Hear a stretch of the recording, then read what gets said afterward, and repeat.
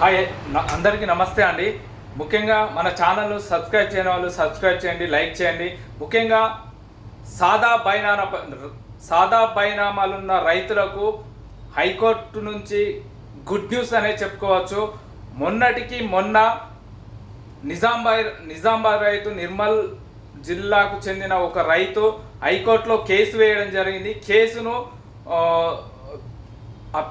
Case హైకోర్టులో నడిచి మొన్నటికి మొన్న స్టే రావడం జరిగింది.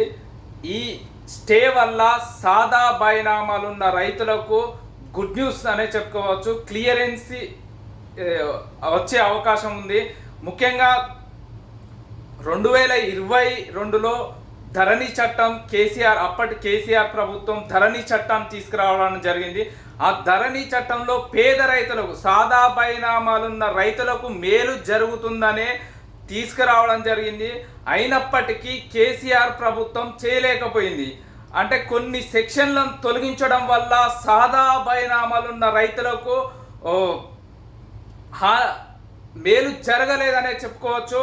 ఇప్పటి ప్రభుత్వం కాంగ్రెస్ ప్రభుత్వం భూభారతి చట్టం తీసుకురావడం జరిగింది. ఈ భూభారతి చట్టం ద్వారా సాదా బైనామాలున్న రైతులకు మేలు జరగాలనే ఈ చట్టాన్ని తీసుకురావడం జరిగింది.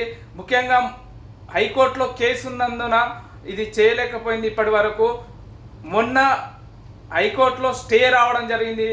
ఈ స్టే వల్ల సాదా బైనామాలున్న రైతులకు మేలు జరుగుతుందనే చెప్పుకోవచ్చు. ముఖ్యంగా 30 నుంచి అసెంబ్లీ సమావేశాలు జరగబోతున్నాయి. ఈ అసెంబ్లీ సమావేశంలో దీన్ని కూడా చర్చించడం జరుగుతుంది. అనేక తప్పులు ఉన్నప్పటికీ దీన్ని సరిచేసి భూభారతి చట్టం ద్వారా సాదా బైనామాలున్న రైతులకు మేలు చేస్తుందనే చెప్పుకోవచ్చు. ఒక విధంగా ముఖ్యంగా కేసీఆర్ ప్రభుత్వం అనేక తప్పులు చేసింది. ధరణి చట్టం తేవడంలో అనేకమైన భూములు నిర్వీర్యంగా కొల్లగొట్టాలని చూసింది. అనేక సెక్షన్లు దాంట్లో జోడించి నిజమైన రైతులకు అన్యాయం చేసే విధంగా ధరణి చట్టం ఉన్నదనే చెప్పుకోవచ్చు. ముఖ్యంగా రైల్వే స్టేషన్లు, బస్టాండ్లు, వాగులు, వంకలు, దేవాలయ భూములు, ఇంకా అనేకమైన నిర్వీర్యం సాగులేని భూములకు వేల కోట్లు తెలంగాణ రాష్ట్ర ప్రజల మీద అప్పు తెచ్చి వేల కోట్లు సాగులేని భూములకు ఖర్చు పెట్టింది.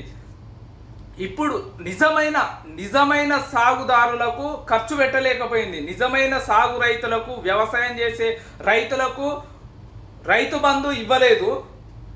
కానీ ఇప్పుడు ప్రభుత్వం భూభారతి చట్టం ద్వారా మేలు చేస్తుందనే చెప్పుకోవచ్చు. మేలు చేస్తుంది. 30వ తారీఖు నుంచి అసెంబ్లీ సమావేశాలు ఉన్నాయి. అసెంబ్లీ సమావేశాలు చర్చించిన తర్వాత భూభారతి చట్టం కింద సాదా బైనామాలకు క్లియరెన్స్ వచ్చి నిజమైన రైతులకు, సాగు చేసే రైతులకు ఇప్పుడు రైతు భరోసా అందుతుందని నేను ఆశిస్తున్నా.